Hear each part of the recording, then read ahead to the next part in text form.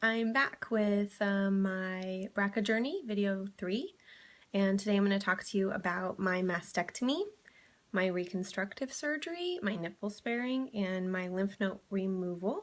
And I had that all done in one fell swoop. I have 2 babies and I didn't want to miss a lot of work. I work full time, I'm a teacher, and I wanted to just get right back to it. So I wanted to get all of that done at once and be done. But it is a pretty big undertaking, I'll be honest, and I don't know that retrospectively if I would do that again. So I found out I was BRCA positive, and I was pregnant with my first child, and I have 2 little ones, and when I finished nursing, I scheduled my mastectomy. I had to find 2 surgeons who would be willing to coordinate and work together so I could do it at the same time. Many surgeons will not do that because the pain is greater, and I have heard that there are some increased risks, but I was actually really happy that I was done and back on the road to recovery, but it was kind of intense, I have to admit. So once I found surgeons, which my OBGYN helped me find, I set up dates and got ready to plan for care and time off work, which you will need substantial time off work, I will be totally honest. And you will need in-home care for a while. I could not get out of bed by myself. I could not lay down by myself. I was in a pretty substantial amount of pain for a few days.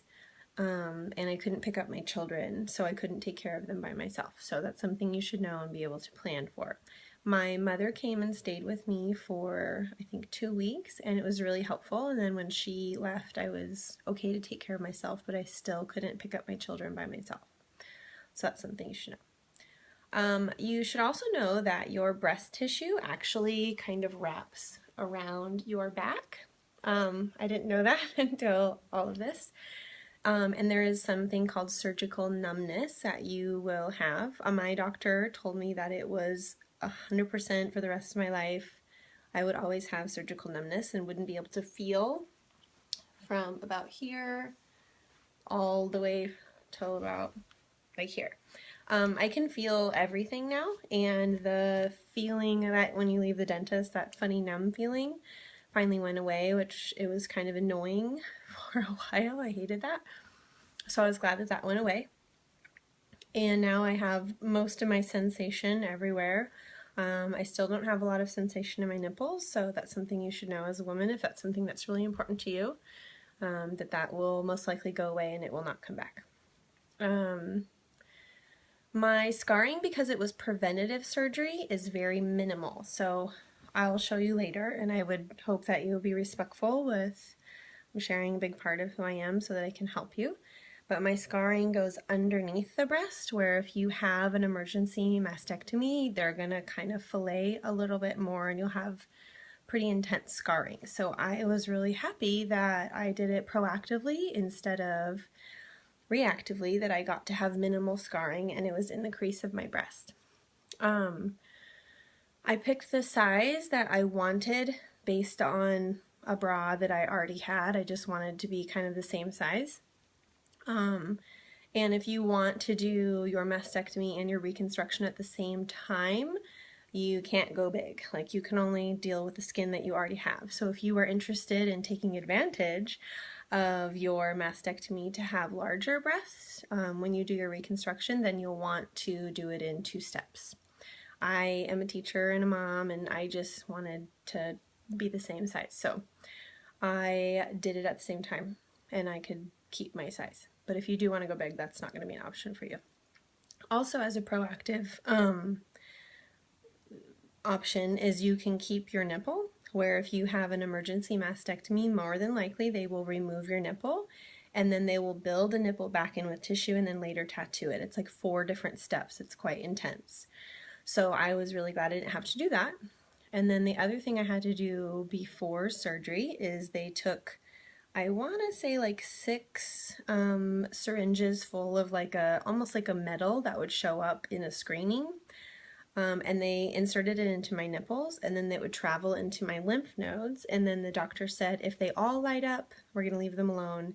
If none light up, we're going to leave them alone. And if there's a few that light up, that's the signal that those are the areas or lymph nodes that would eventually have turned into breast cancer. And I had 3 light up on both sides, so it was actually very good that I decided to have a mastectomy, because what the doctor said is that would have been likely that I would have gotten breast cancer, because that sign, that's something you can't do in pre-screening. So I'm really glad I took advantage of that when I had my pre-planning testing done.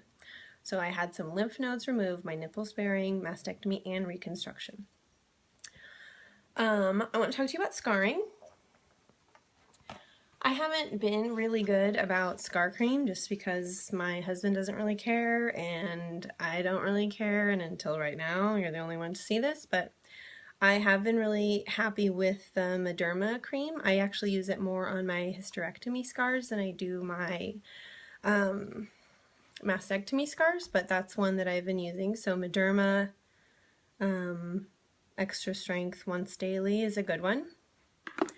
This one is one I got from my, sorry if you can't see it, from my plastic surgeon, and it's kind of cool. It comes in a little like sealed bag, and they're like little stickies, like sticky on one side, and you can cut them to the size that you want, and then place them on. Mine are kind of gross and they have like clothes fuzz on them, but you can replace the strips. Mine lasted quite a long time. And then in that same kit, you can replenish or fix, sorry, it's very hard to see, there we go. You can add gel to the stickies, and it will help the stickiness as well, kind of clean them off.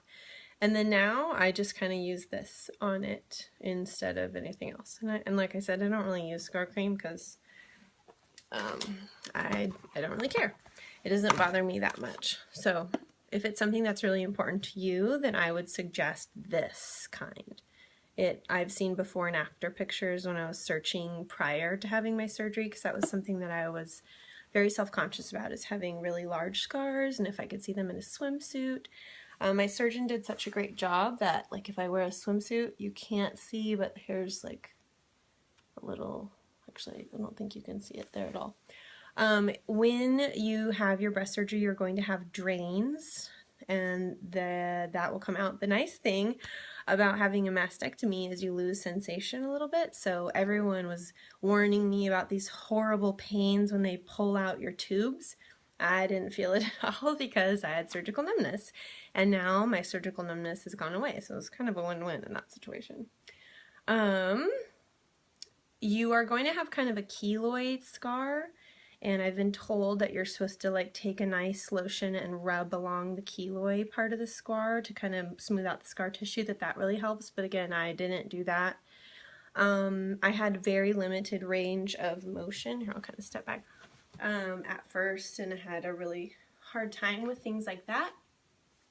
But now I'm feeling good and I'm finally getting stronger. I can do a push-up now. I can lift my babies with no problem, and I have to admit that took kind of a long time. What else did I want to talk to you about? You're going to wash with a special soap. It's like an antibacterial prep soap for surgery. Pretty easy. You're going to need to fast, which I hated, but I scheduled my surgery so early in the morning because I hate not eating. So as soon as you can, schedule it so that if you go to bed and you wake up and you're not starving all day long waiting for surgery. Plan at least, I'm going to be totally honest, plan to have at least a month off of work. And if you have a high intensity job, then I would take even longer, because you can't lift, it's really hard. You're going to need help. Let people help you. Get shirts that close in the front, bras that close in the front. What's kind of cool is you really won't have to wear a bra again. You're going to have perky boobies forever.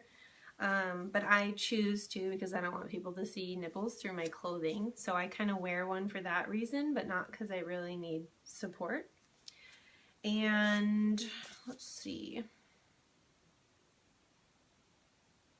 I think that's kind of all I was going to share with you today. So if you have any comments or things that I did not get to today, leave them in the comments and I will get back to you. Again, I'm an open book. I'm happy to share anything. Just, you know, be respectful of what I'm about to show you because it's my body. But I was very curious what I was going to look like after surgery, so I just wanted to share. So I'm going to just show you underneath that this is what my scars look like. And this side I had adjusted afterwards because they weren't exactly the same size. So they had to go in twice, so it's actually a little bit darker than the other side. And I think that's it. So I really hope this was helpful and helped to reduce some of the anxiety and stress that I had before my surgery. Two main things, like plan ahead, let people help you. It's not going to be easy, but it's going to be worth it, and you'll have like perfect perky boobies forever. And you'll have a peace of mind that is priceless. Like, you deserve to reduce your risks of a dangerous disease. So I hope that helps, and let me know if you have questions. Thanks, and share with anyone who you know is going through this, who might need a little pick-me-up for some intense decisions that they're about to make. Thanks. Have a great day.